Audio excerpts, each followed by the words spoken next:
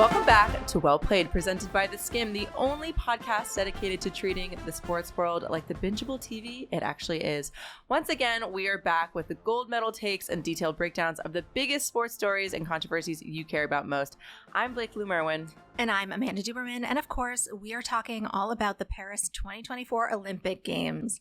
If you've been enjoying the show, be sure to hit follow on Spotify, Apple Podcasts, or wherever you're listening right now. Go hit follow, hit subscribe, whatever's on offer. Check us out, please, on YouTube as well. Today's episode is available to watch as a full video.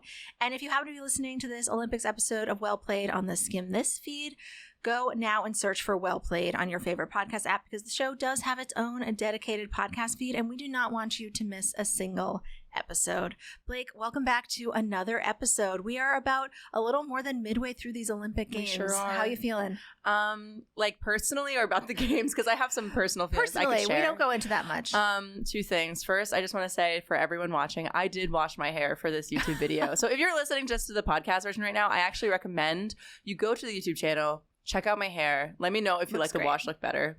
Also, in personal land, I'm having some tummy troubles this morning. So if you're watching the YouTube video actually and you see me wince a little bit, it's not because I am not agreeing with what Amanda's saying. I have a reaction to what she's saying. It's probably because I'm feeling some gastrointestinal movement. Oh, goodness. Yeah. How are you feeling? My tummy hurts a little bit today, too, but it's definitely because of the pending infant stretching it. I don't know. Have you been swimming in the Seine? I have not been swimming in the Seine, but we will get to that today. We're definitely going to But before we get there, let's talk about our medal count update. Perfect. And the results are looking better and better for the United States. We're roughly 12 days into the Olympic Games, and as we're recording this episode, here is where we stand. The United States leads all nations in total medals with 79 medals. Damn. China is in second place with 53 total medals, and France rounds out the top three with 48. The U.S. and China have pulled even in total golds with 21 apiece. France and Australia are next up with 13 golds each. Wow, I think this is one of the first times we've been even with China. It's happening. It sure is. Sure is. All right. So as usual, today's episode of Well Played starts with the press box, which is a roundup of our favorite stories dominating your feeds this week.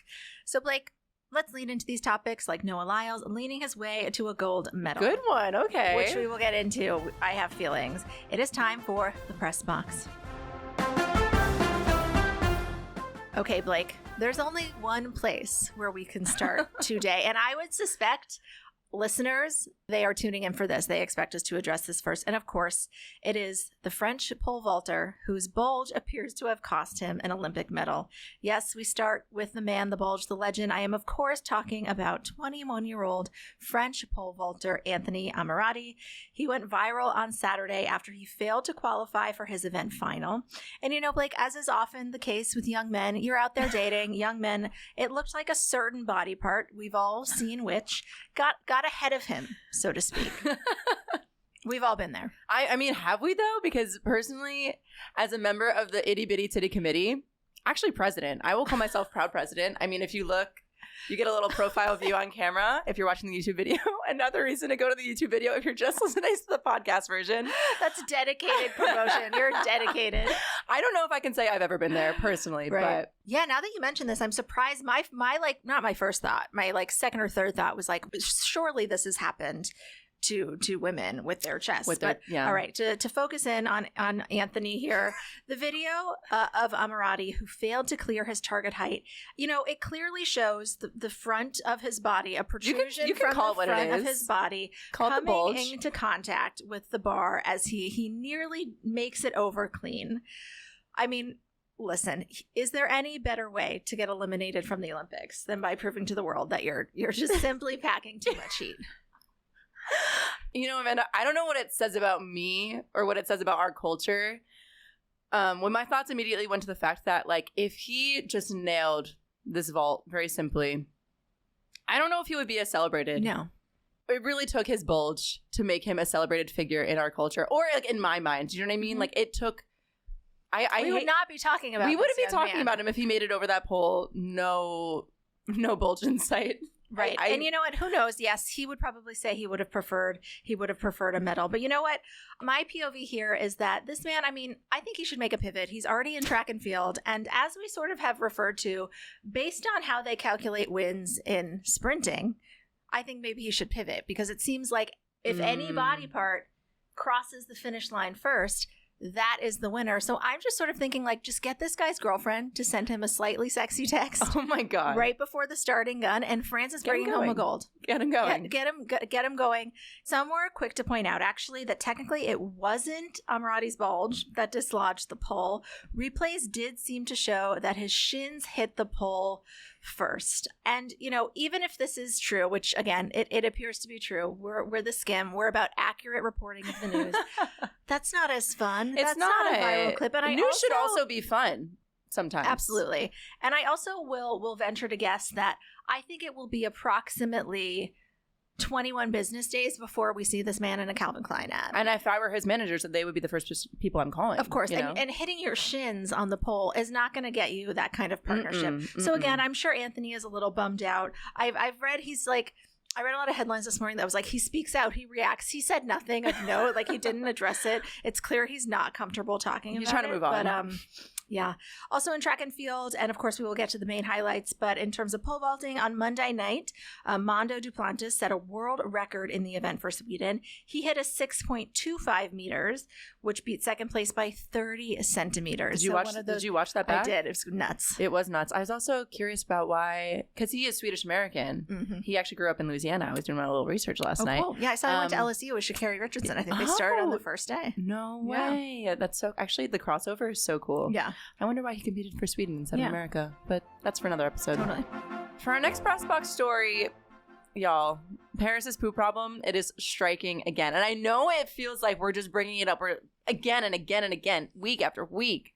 You would think we're being sponsored by like the LA Games to make Paris look like they totally flopped. But I mean, listen, there's ongoing a real problem. Issues. There is a ongoing issues. Problem. It is an epidemic. It's not actually, but I think one. I really think we manifested these issues in our first episode, and for that, I sincerely apologize.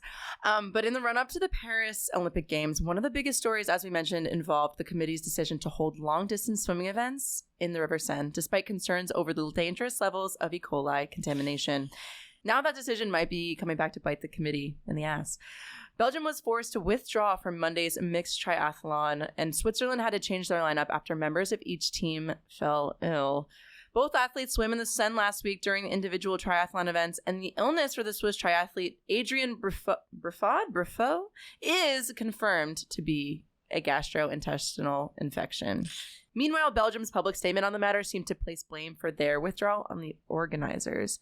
Amanda, I know we've talked a lot, as I mentioned, about the plans to hold the events in the Seine. Knowing what we know now, do you feel vindicated on your prior position on this?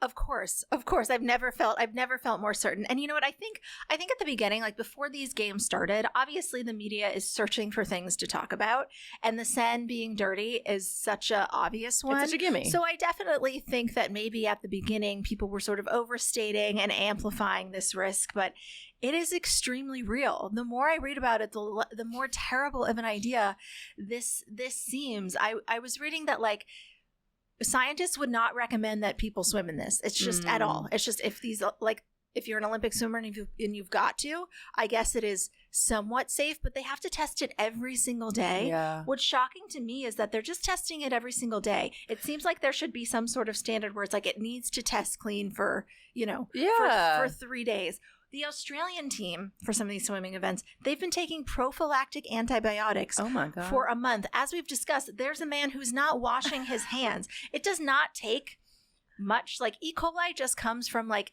human and animal waste. Think of how much of that comes off of the street when it rains, like in New York City.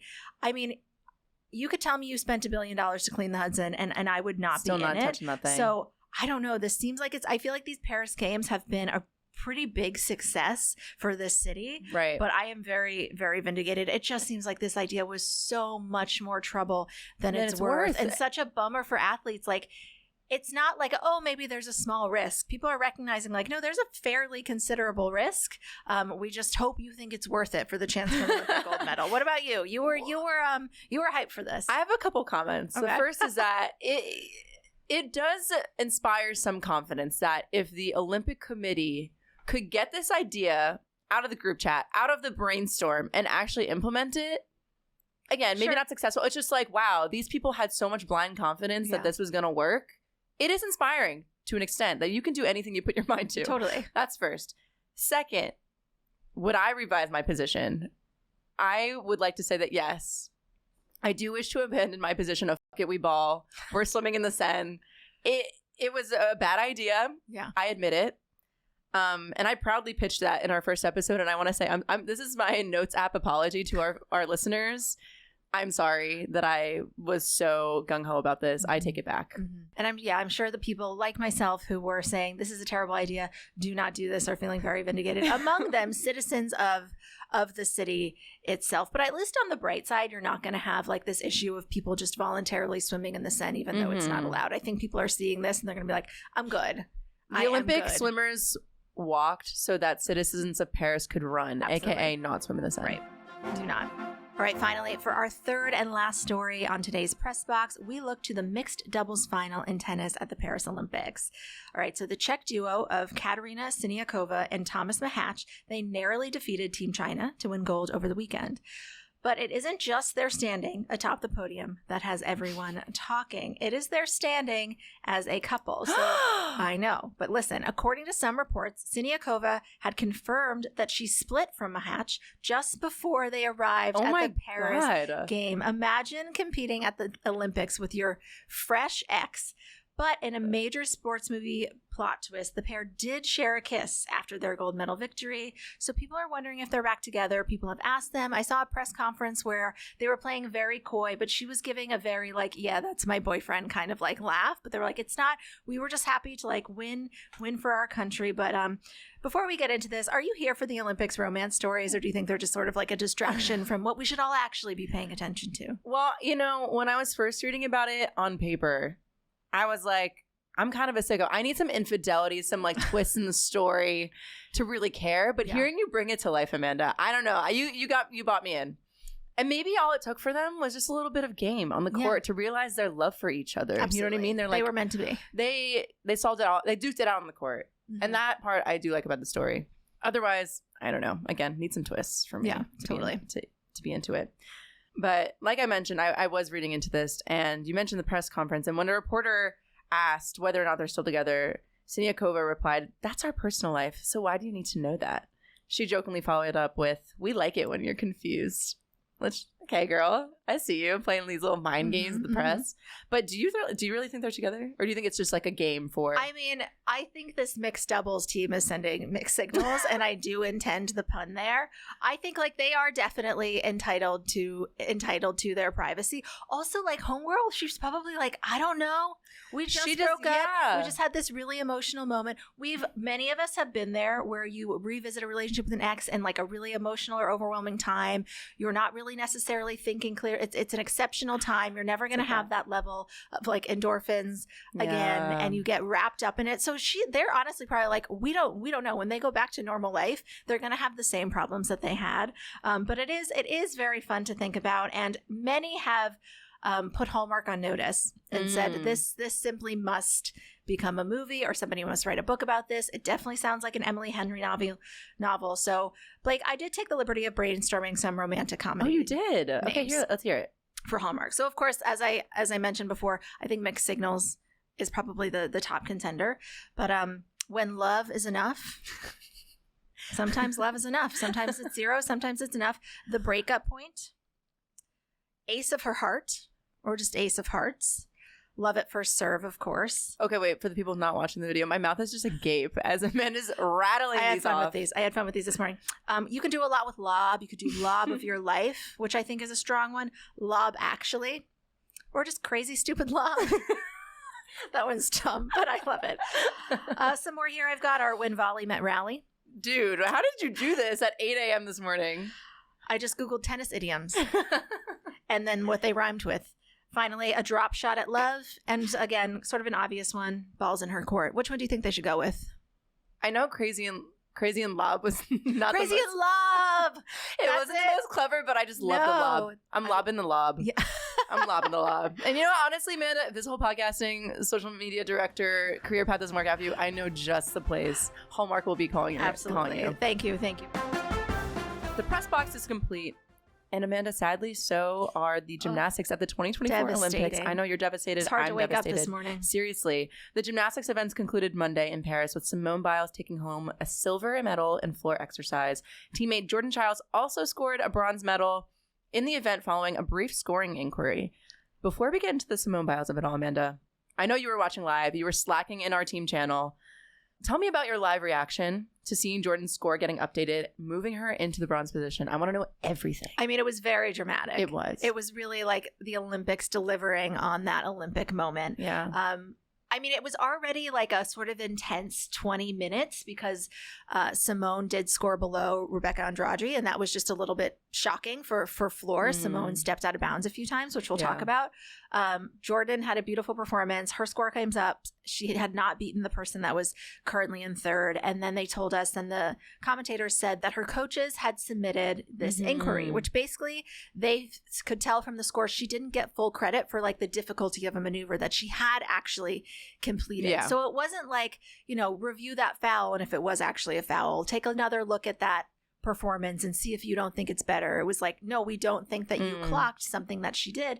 And within moments, her score was updated just enough to bring her above the third place finisher.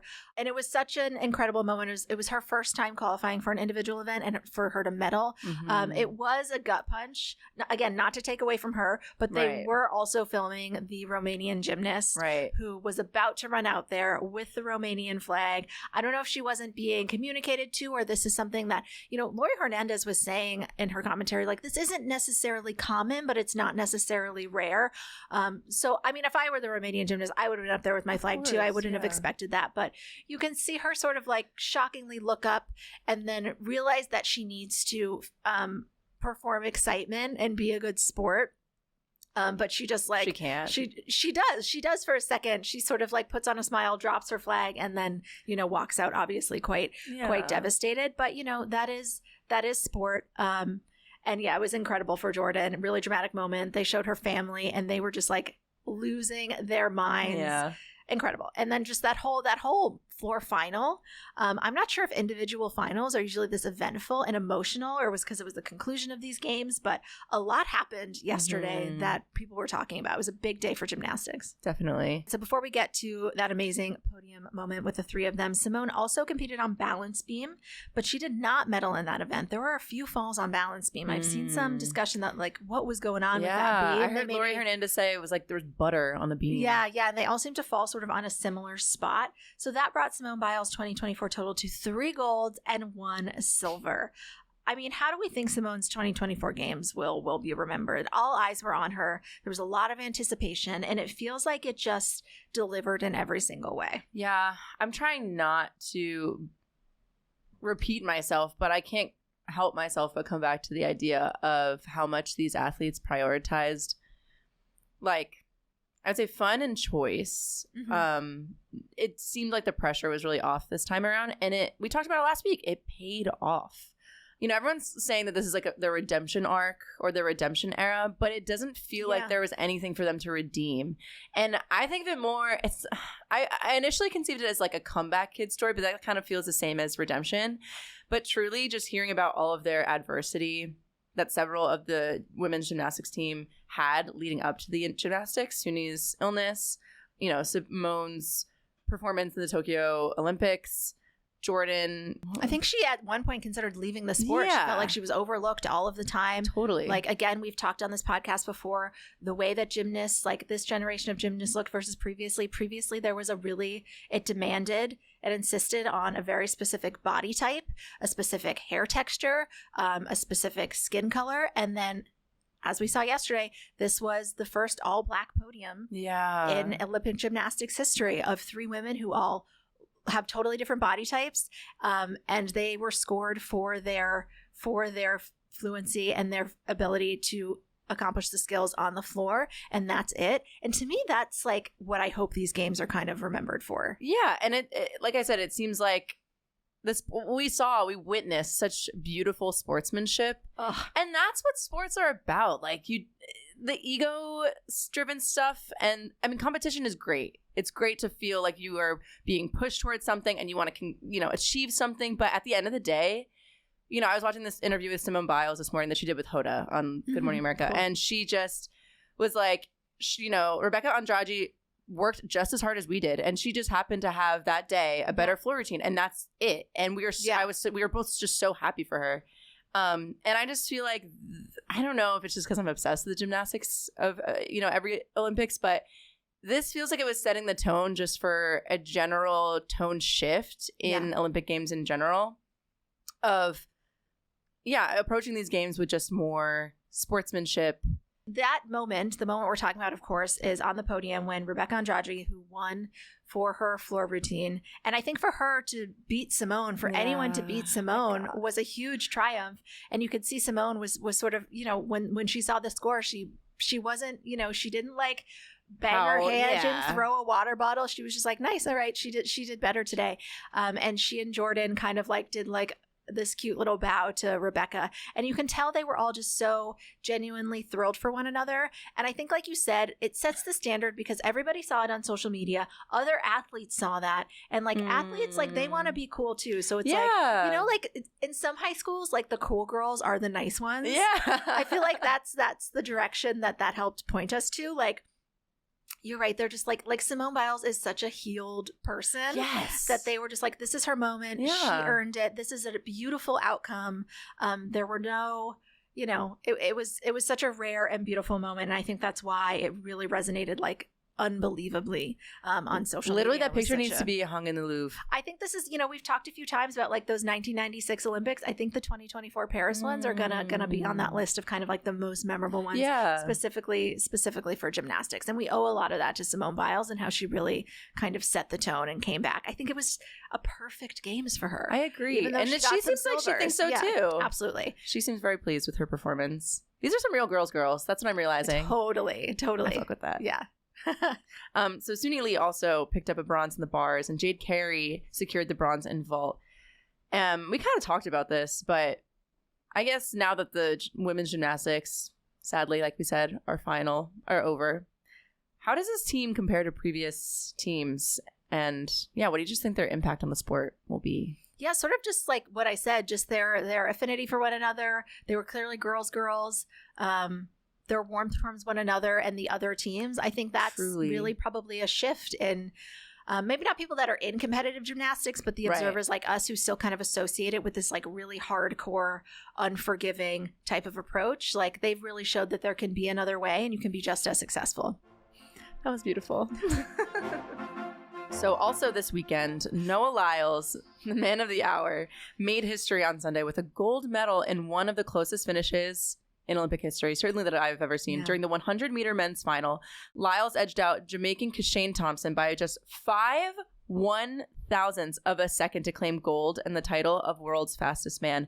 American teammate Fred Curley took the bronze. I think you have to visualize, like if you're sitting somewhere with a pen and paper, just write out a couple of decimal points to really fully understand how small 1/1000th of a second is. And also, typically, I believe in track and field events, they don't even go to the thousandth decimal because it usually doesn't even come that close. That is how freaking close this race was. The winner wasn't even clear by the end of the race, and it wasn't confirmed until the photo finish was revealed, with Lyles edging out Thompson by the smallest fractions, as we mentioned. It's crazy also just the role that technology plays and like calling these sports. Like, what the hell were we doing in 1896? We were watching these races. But Amanda, what was your reaction when you saw the finish? And were you watching live? And did you think that Thompson had won? I did watch live. Oh, I like Noah Lyles. I want to be patriotic. I think to say that he won is like they both won. They both won, and the gold medal happened to go to because of extreme technicalities. It went to Noah Lyles. Not to say he doesn't deserve it. Like if you know much about his background, this event is a little bit, I don't know if it's new to him, but he is known for always winning the 200 meters and the 100 meters. He really wanted to conquer that to show like I can do everything. And he absolutely deserves the credit for that. But so does Kishane Thompson. Like, I know this sounds harsh, but it's like, people ask, like, do you think he won? It's like, I think they both won. And I was reading that in swimming, it would have gone to both of them. It would have been a tie. Just the way that they calculate, I think in swimming, like you press a button at the end and just the way that you move in the pool, there's no way for them to really tell who got there first. Like if people can literally press the button at the same time. So, you know, I feel like right now we are talking about how close it was, and we know that Kishane Thompson deserved it pretty much, not pretty much, I think just as much. Yeah. But history will remember it as Noah Lyles won. I don't know if everybody's going to hear. They're going to look up. They're going to go, oh, I wonder who won in 2024. And they're not necessarily going to appreciate the context that we have now, which I do think is kind of a shame. Kishane Thompson, obviously incredible sport about it.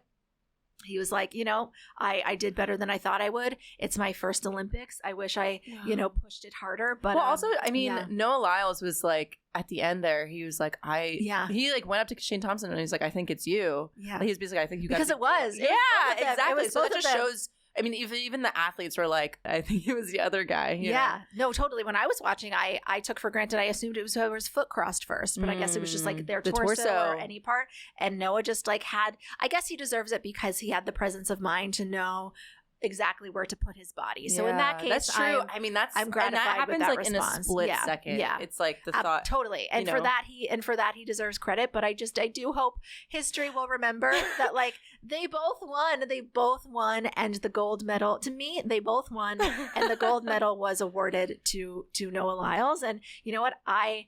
Knowing Noah Lyles, I don't know him personally, but knowing sort of the type of guy he is, he's very kind of like he seems like a good dude, but he's very blustery. Oh, definitely. He's very a showman. Cocky. Yeah, not mean spirited at all, but he likes to talk. Yeah. So I do hope this motivates him to sort of like in the next one be like, next time I'm going to leave no doubt, you know. And same with Kishane Thompson. I hope he's motivated by that too. Yeah. Yeah. I had some other thoughts, which is that, I mean, like as we mentioned, we both watched sprint. Marcel Jacobs, who was the gold medal winner in Tokyo, he came in 5th this time. And I remember in the documentary, they were like, was it a fluke? Was it not a fluke?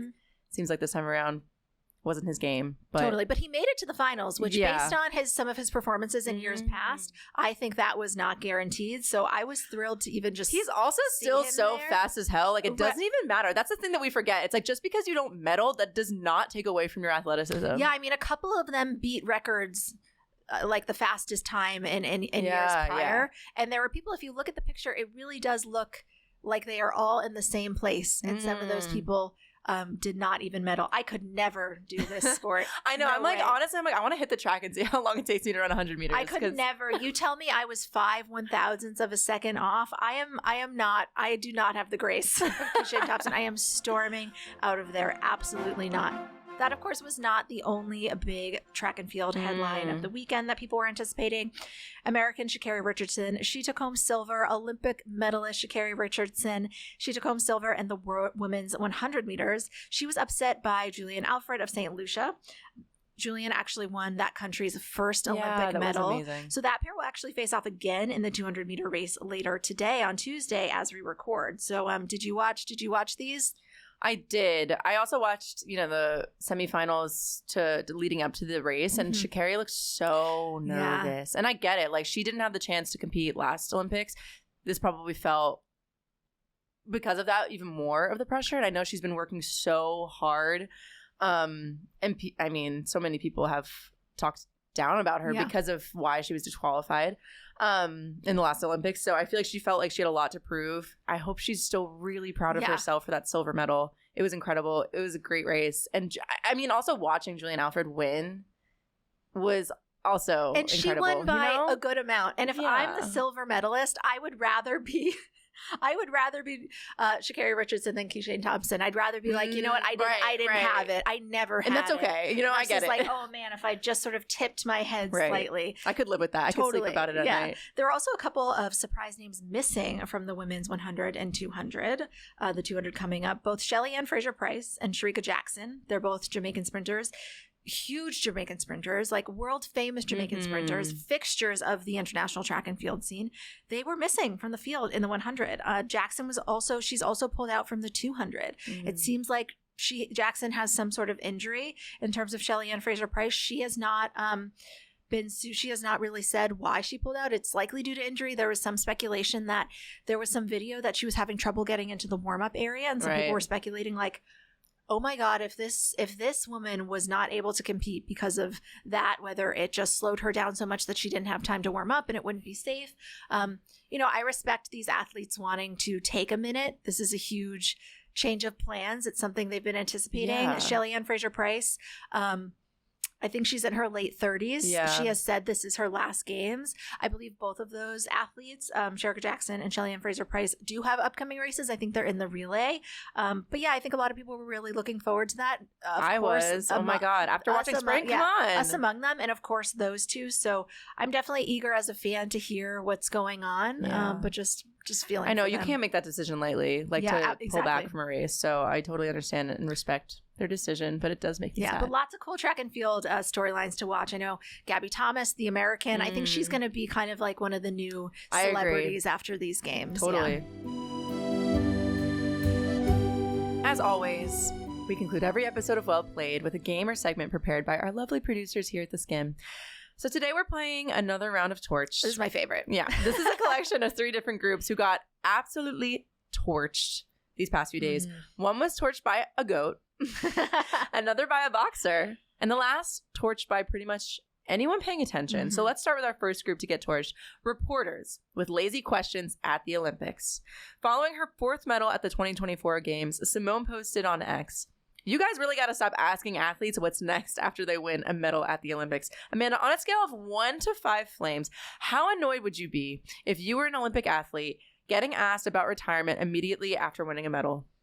I mean, if I'm Simone Biles specifically, who is like, I think at this point has like 8 or 9 medals, I would definitely rank it like a 3.5 to 4. Like, it has been heavily documented, everything I've just been through to get to this point. I'm going to relax. And then even after the floor final, like after she had posted that, a reporter asked her, like, I know you've been talking about how you don't like being asked this, but what are you going to do next? And she you can see her just sort of like decide she's just going to take the high road. And she's like, I'm just going, nothing. She is better than I. Nothing. I'm just going to relax. So I'm going to hit that with like a 3.5 to 4. I feel that. What about you? That kind of, because I am not an Olympic athlete, spoiler alert, the thing that I can relate it most to is like when you've eaten a delicious, gorgeous, amazing meal, you're just basking in its glory at the dinner table.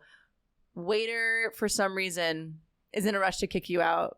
And you're just like, can I just please sit here with my pants unbuttoned, zipper down a little bit, Give me and a just minute. let me breathe. Let me like do my thing. So that is my experience. Let Simone Biles and Blake Lou-Merwin let the girls breathe. Let us breathe. Let us sit here with our pants unbuttoned, please. Please. Next up for Torch, our next group to get torched at the Olympic is bullies everywhere, specifically on the internet. Big storyline over the past couple days. Imane Khelif, following her bronze medal finish in this year's competition, the Algerian boxer spoke publicly about the ridicule and bullying she's had to endure following a pair of high-profile matches. So Imane came over scrutiny last year following a just erroneous, ridiculous, now vacated ban from the International Boxing Association. This association has a lot of issues. It is now banned from the Olympics. It does not oversee Olympic qualifying. They faced allegations of corruption, a lack of transparency, just general ineptitude and malfeasance.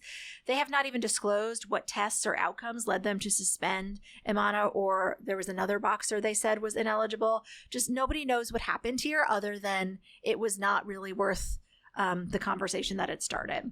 So Khelif had to deal with a ton of misgendering. Basically what happened was there was a boxing match with an Italian boxer, and the Italian boxer walked away very, very quickly. And this prompted people to say, I guess, jump to an insane conclusion. Consistently misgender Khelif. And this went as far as like legitimate journalistic institutions. The Boston Globe even had to apologize for erroneously calling her a transgender athlete in one of its headlines this week. There's a lot of discussion around transgender athletes in sports. Right. This is not that discussion. Imane Khelif is a woman, has always competed as a woman. She's a cisgender female athlete. So a lot of really, really gross bullying towards her on the internet. A lot of just, you couldn't, any post about her was just filled with, it was like the worst people on the internet get an alert to just write the worst comment. And she was asked about this and was clearly really affected by it. And she asked people to, quote, refrain from bullying all athletes because this has effects, massive effects. She said. She added that bullying can destroy people. It can kill people's thoughts, spirit, and mind. It can divide people. And because of that, I asked them to refrain from bullying. So not even, she had every right to censor herself in that quote, but she was really saying, y'all, this is dangerous to do. This can cost lives. You cannot do this. So on a scale of 1 to 5, mic drops. How much do you love this quote? I mean, come on. It's a 5 out of 5 for me. Absolutely. This is such a strange, I think because the conversation of transgender athletes is a prominent one, I often see this when I'm watching like videos and highlights of Brittany Griner. There's just like 20 comments that are just like, man. And I'm like, what are you doing? Also for like the journalistic institutions to make that mistake at this time when it is a topic that people... Dangerous. Yeah, it's just terrible. I mean, it's terrible timing always to make such a grave mistake, but right now, really. Our third and final torching of the week involves a doping scandal that got swept under the rug until reporters from the New York Times brought it to light this week. This is crazy. Just last week, the New York Times published a sweeping report of several failed doping tests by Chinese Olympic athletes. It turns out that 2 Chinese athletes competing in these games tested positive for an anabolic steroid in 2022, but they were still allowed to compete in Paris anyway. The Times previously discovered that 23 Chinese swimmers had tested positive for banned substances before the 2021 game in Tokyo. And Chinese authorities found that these positive tests resulted from contamination of food the swimmers ate, and the World Anti-Doping Agency agreed, so they issued no penalty. Okay. Yeah. What? Okay. Oh, I'm sorry. There were performance-enhancing drugs in my food. Wow. I didn't know it was there. Sorry. Yeah. Now many are concerned that the World Anti-Doping Agency and the Chinese Anti-Doping Agency didn't do enough to ensure fairness in the sport. On a scale of 1 to 5 flames, how torched should these anti-doping agencies be right now? I mean, I'm going hard. I'm going with a 5. Go. I mean, like, the whole point of the Olympics is that it is a fair, even playing field. I mean, obviously, when you have a body like Michael Phelps, that's not fair, but absolutely 5. I mean, again, when we talk about this especially after talking about our last story, it's like these agencies need to get their stuff together and people need to focus on the right things when it comes to really scrutinizing these athletes and their backgrounds. Like, it is unreal to me that this has fallen through the cracks. Yeah. And yet people are talking about Imane Khelif, and that, again, we come back to this a lot, but that in 2021, Sha'carri Richardson could not compete. Yeah. And again, that's because of, I think that was probably because of a specific American rule. I think countries have their own. But yeah, this is pretty messed up. I'm going to give it a 5. Again, like, we really... And I've seen a lot of swimmers really, really furious about this. Yeah. Like, I thought we had this especially under control. China swept the 4x100, I think it was, men's team. So not to say that connects directly to that. And just but shows like this is not a problem that's been solved yet. People are still going to look for a way to try to get an edge. And it just speaks to, I mean, we've talked a lot about how these gymnastics athletes are really a model for, it's okay if you get silver in one thing. Like, it's okay if you don't win everything. Please do not lie about consuming performance-enhancing drugs in your food. Yeah. Do you have a POV on this? Do you want to give it a score on 1 to 5 flames? How torched is this agency? I'm just going to go dumpster fire 5. 5 flames. 5 flames in this torch session. But that's it for today's episode of Well Played. I know everyone's really sad. I hope you appreciated our washed hair, our tummy troubles. Speak for yourself. Our tummy troubles actually didn't shake up the recording at all, so I'm glad, at least that I know of. So be sure to rate, review. I've given birth, actually. She gave birth in the studio. And I stayed right here. She did, firmly planted, no cries. Be sure to rate, review, and follow this show on Apple, Spotify, or wherever you're listening right now.